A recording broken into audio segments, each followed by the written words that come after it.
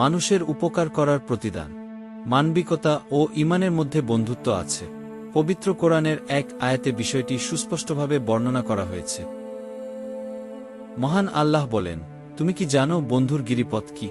এটা হচ্ছে দাসমুক্তি অথবা দুর্ভিক্ষের দিনে আহার দেওয়া এতিম আত্মীয়কে বা দারিদ্র্যনিষ্পেষিত নিঃস্বকে। এরপরই সে হবে ঈমানদারের অন্তর্ভুক্ত। সূরা বালাদ আয়াত ১-২-১-৭। পরোপকারের পার্থিব প্রতিদানস্বরূপ সৌভাগ্যময় মৃত্যু হয় এবং মন্দ মৃত্যু থেকে সুরক্ষা মেলে। উম্মে সালামা বলেন, রাসূলুল্লাহ ইরশাদ করেছেন, সৎ কাজ করার ফলে মন্দ মৃত্যু থেকে সুরক্ষা মেলে, গোপনে কৃত দান রবের ক্রোধ নিভিয়ে দেয় এবং আত্মীয়তার সম্পর্ক রক্ষায় আয়ু বৃদ্ধি পায়। সহিহুত তারগিব হাদিস ৮৯০। মহান আল্লাহ তার কোনো বান্দাকে সুযোগ সুবিধা এবং অভাব পূরণের ক্ষমতার মতো নিয়ামত দান করে। অতঃপর যখন সে ওই নিয়ামত প্রাপ্ত হয়ে স্বীয় দায়িত্ব পালন না করে, তখন আল্লাহ তাআলা তার থেকে সেসব নিয়ামত উঠিয়ে নেয়।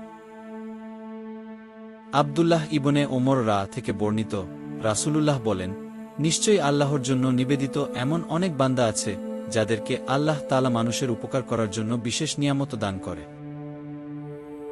যতক্ষণ তারা সেগুলো মানবকল্যাণে ব্যয় করে ততক্ষণ তিনি তাদের সেসব নিয়ামতের মধ্যে বিদ্যমান রাখেন, কিন্তু যখন তারা সে উপকার করা বন্ধ করে দেয় তখন তিনি তাদের থেকে নিয়ামত ছিনিয়ে নিয়ে অন্যদের দিয়ে দেন।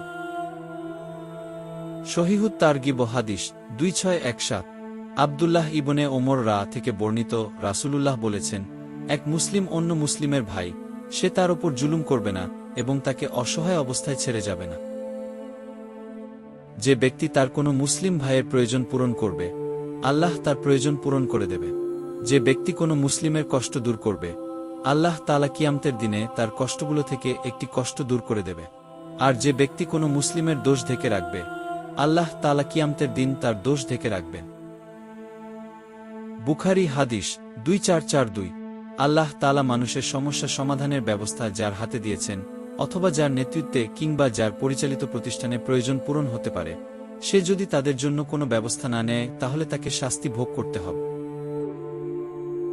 আব্দুল্লাহ ইবনে আব্বাস বলেন, রাসূলুল্লাহ বলেছেন, আল্লাহ তাআলা তার যে বান্দাকে কোনো নিয়ামত পরিপূর্ণরূপে দান করেন এবং তারপর লোকদের প্রয়োজন তার দিকে যোগ করে দেন, কিন্তু সে তাদের প্রতি অসন্তুষ্ট হয়ে মুখ ফিরিয়ে নেয়, তার এমন আচরণের ফলে সে ওই নিয়ামত হাতছাড়ার ব্যবস্থা কর। তাবারানী আওসাত হাদিস ৭৫২৯। সহিহুত তারগিব হাদিস ২৬১৮। মহান আল্লাহ আমাদের মানবতার কল্যাণে কাজ করার তৌফিক দান করুন।